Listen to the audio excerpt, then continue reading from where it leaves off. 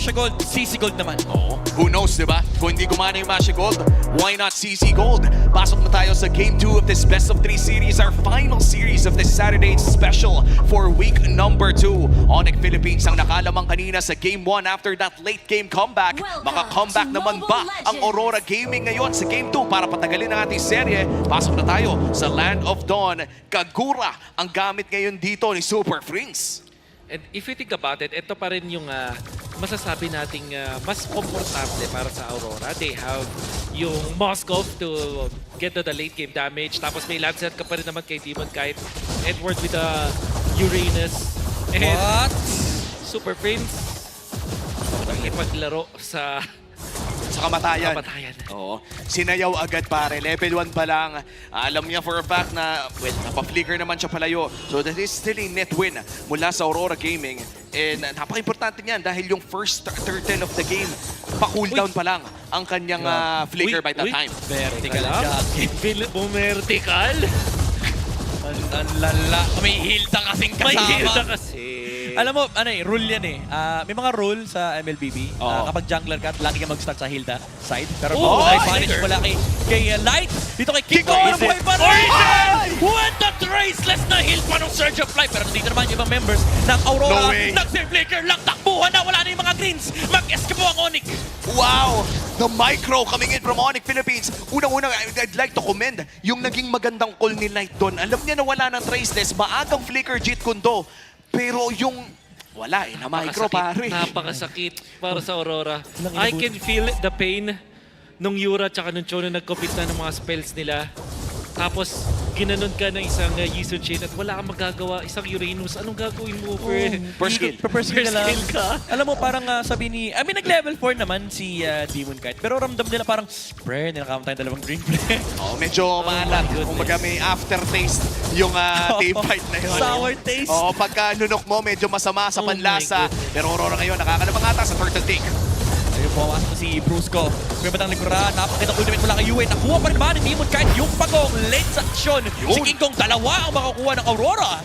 Climbing back into this game. Sila may hawak ng gold lead. At yun naman ang maganda, no? Yung power spike pa rin naman ng Aurora ay nandyan. Light going in for the poke against Super Prince. And this is the beauty of having a Lancelot. In fact, sobrang warm-up na nga itong Lancelot na to ni Demon. Kahit last game, Lancelot din gamit niya. Oo. Tsaka mukhang praktisado yung combo nung Cho tsaka nung Kimi. Yung knock-up with the traction pulse, walang takas. Yung Onyx. And we didn't even have the flicker no moment na yun. And that, what really made it perfect para sa Aurora is after makatakas doon ni King Kong, hindi sila katulad natin na sobrang nalungkot dun sa mangyayari. Oo. At ang instant nung reaction from Demon Kite, nag-level 4 naman ako, kaya kong kumontest nung Turtle. In fact, dahil low si King Kong, parang hindi na nga natin kailangan talaga pumalag dun sa Turtle fight dahil hindi makakalaban yan. Yung rush. Ganda nung rush mula sa Aurora. And Aurora Gaming, no, yung awareness nila sa mga ganitong classic play gives them the lead. 1.3k already. A very interesting item pickup here from Edward. Ang pinakaunang item niya dito ay Oracle. Kumbaga kanina ang napapansin natin no, kay Lanzu sa ating second series ay kadalasan dominant size or tanky, quote-unquote tanky items ang ating mga nakikita. Pero looking at our Infinix in-game equipment, Oracle per sa item, tas naka-chinelas lang.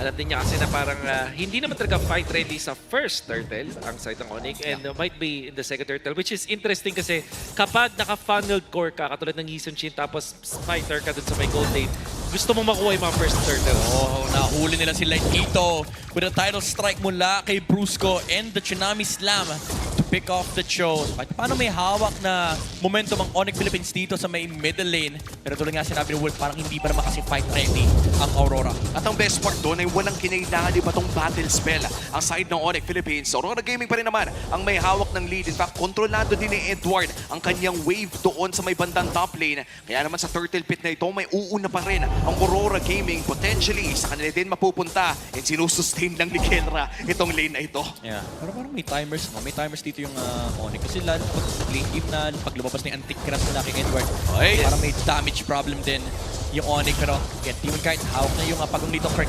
Binabaril-baril niya Kelra. Yue. And makukuha ni Demon Kite yung pagong. Pero lumalaban pa ang Onyx. Flicker mula dito kay Brusco. Naabot niya si Demon Kite. Hindi nakapag-puncture out. SOD. SOD mula kay Demon Kite. Papasok ba? Nandito rin Moskov sa may Blitz. unahan.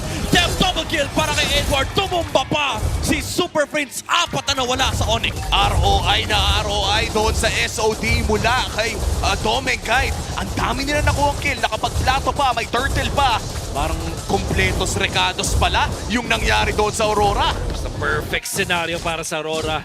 Nakuha nila yung turtle. Although, they had to give up itong si Demon Kite. Maganda nga naman talaga yung trade-off na nakuha nila. On top of that, nakakuha pa sila na push dun sa may top lane. And itong nakita, sinasabi natin doon sa show na parang walang masisipa. Well, ang kailangan niya gawin is, dahil puro melee ang side ng Onyx, all he has to do is to pop yung kanyang Jeet Kundo at may flicker na kasama, mala AoE stun na rin yung ginawa niya. Parang implosion na rin. Oh, Brusco! May beautify si Dominicate dito, hindi siya mahuhuli. Knock up mula kay Light, yun lang talaga yung hanap niya. Lumipad lang si Brusco, si Kelra, and mapapatay nila yung CC and Aurora again with 4K gold lead in this game. Medyo nahihirapan na si Kendra. 0-2-2 in this game. The Vengeance is still under cooldown. Noong nangyari yung laban na yun at tuloy-tuloy lang ang pag-push ng Aurora Gaming. Lumalaki na nga kanilang gold lead at mukhang kailangan tigilan ng Onyx Philippines yung nangyayari. Ano bang step by step? Ano bang unang step dito para sa Onyx Philippines, pare? That's difficult kasi na-miss nila yung timing nila. Yung second turtle, yung tingin ko pinaka-crucial dito. And hindi ako magugulat kung ang Aurora talaga ay manalo na sa game nito just off of that. Siguro ang pinaka-saving grace dito sa Onyx is kapag may magandang curtain call si Kelra nakapag-sustain sila afterwards and Brusco stunning up the backlines. That could be the dream. Ang pinaka-malaking question mark is kaya ba? Oh my Kaya goodness. ata. Hinintay Oh my yung God! Tidal Strike. Pinalabas yung puncture muna. Brusco na malaban pa rin, pero SOD mula kay Dominicate. Pumasok sa tatlo. Aray ko po, Buhay aray pa! ko po. Nag-breaker si Kurt Oh para my maabot God. yung Moscow sa may bandang likuran, pero nanlalo mo pa si Kurt. Lumaban ni Super Prince. Nag-dash in, pero napakakunat nung metal ni Edward. Biruin mo, nananahimik si Demon Kite doon. Dadaan na lang. Alam niya na may paparating na Kalea.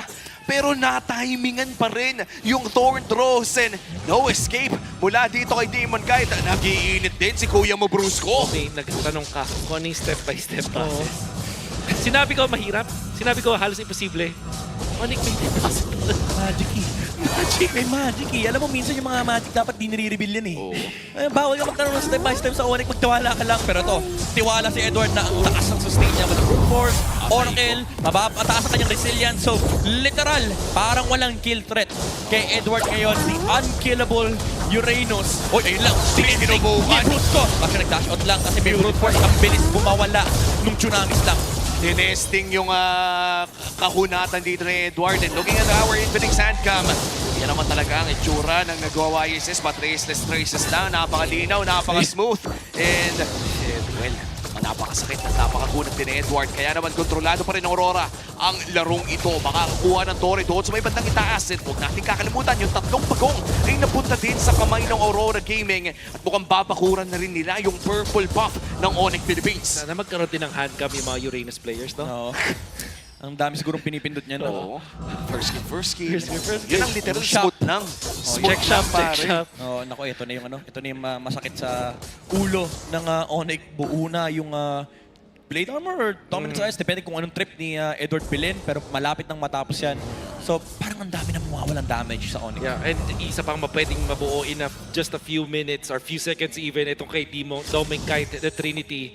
There's no hero from Onyx na kayang humarap sa Moscow later on. King Kong with the BOD rush. Oo, well, to be fair, kaya din namang sumabay ni Kelra against Dominicate basta may vengeance. But that is, what, 2.5 seconds? Yun lamang yung window na kayang sumabay ng CC against a Moscow na may Trinity build. Kaya naman kung sinisilip natin ang ating damage dealt, hindi ako makapaniwala na kahit yung mga Uranus games natin so far, napanood natin today, naging second in most damage dealt in number 1 in total damage taken ng mga Uranus. Hindi ko alam kung kaninong idea yung lagyan ng damage increase, yung Ionic Edge, depende sa kanyang passive. Oo, wait lang Super Prince. Oh, stunnable, naka-dodge, flicker, grabe yung mga micro-mechanics. Ayun pero lang! nandoon yung traction pulse! Abot, sinubukan pa mang outlay with the ultimate pero hindi umabot yung kanyang payong. And Edward again leading the charge here. Aurora securing a huge lead, 5.6k yung hawak nila and dead diretso sila sa Lord. Ang layo na pare, nanggaling na QC papuntang Cavite, pero nahuli pa rin. Ang pinakamasakit doon para sa Onyx, bukod doon sa Lord na patapos na, nag-commit ng flicker si Super Fritz doon for 2 more minutes. Nawala yung surprise factor ng Kagura na may big burst. and Rora will just collect the Lord. Yeah. Ang bilis. Hindi katulad ng previous game na matagal sila mag-siege. This time, meron silang dalawang marksman to take down turrets. Titipin na lang, sabi ni King Kong, ang kunat mo parts. Oh, ang sabi ni Edward, bakal ako. Bakal ako. Wala naman na kasi talagang magagawa pa. Tapos ayan na, yung pinaka full combo ng Uranus. First skill, second skill. Tapos saktong banat lang. And look at the space na nakikreate ni Edward on this Uranus. At makakatore na nga sa may bandang gitna. May Lord pa nga doon sa taas. At mukhang idediretso na agad ng Aurora Gaming. Papaputukin muna nila. Pero pipigilan ni Kenra ang tanong. Ay, hindi na nga makakaabot pa. Yeah. May Iron Defense kaso ang problema ng On, di sila makalabas, nakabantay si Iron Man. Wala yun, tingnan mo parang ano yun eh, parang mas patindi para sa Grunk kanina yun eh. Bakal talaga yan, mamin. wala ni Holy Defense sa mid. May Lord pa na naglalakad doon sa top lane. Demon Kite also setting up the tri-waves ng Aurora. Wala na rin yung Holy Defense sa itaas. Tsaka parang Yisun Shin lang talaga yung late game na inaabangan natin. Si Kirk, half HP na agad. Si Kendra ngayon ay Edward. masusustain with a curtain call as well. Babagsak na ang inhibitor turret. Super Prince, no flicker is available. Yun ang pastong Lord sa SOD. Di tatama. Pero si Lord Men at si Edward, yun lang kalaban ng Onyx actually. Grabe si Edward Men, tinetesting niya yung damage niya, tinetesting niya yung kunat niya. May Sabi Fury niya, pa. napakakunat ko pala. Pero ito tinesting, Ay! ayun nag-purify. Wala yung Tidal Strike, so go time para sa Aurora. Light Dome, Oh, no! napasobra ata ng pasok with the flicker. Pero nandito pa rin naman si Doming at si Demon Yan na. Kite. Sa may bandang likuran, Doming Kite with the tower lock and Aurora equalizes the series and we go to 3. Game 3 secured para dito sa Aurora Gaming.